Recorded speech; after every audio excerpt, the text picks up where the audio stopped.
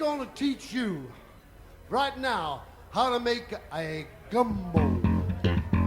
It's a root doctor gumbo.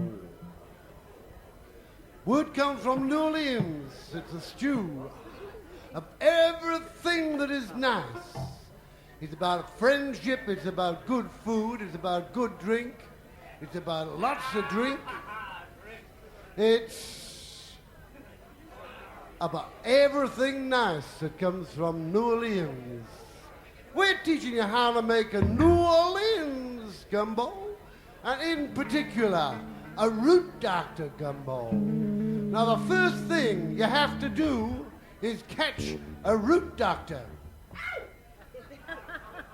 You can make a gumbo out of anything that flies, anything that walks, or anything that swims, or anything that crawls.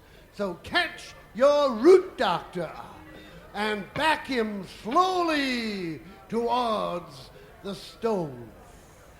First thing we need is a little bit of New Orleans heat. Just a little bit of that foul down on the bowl like this.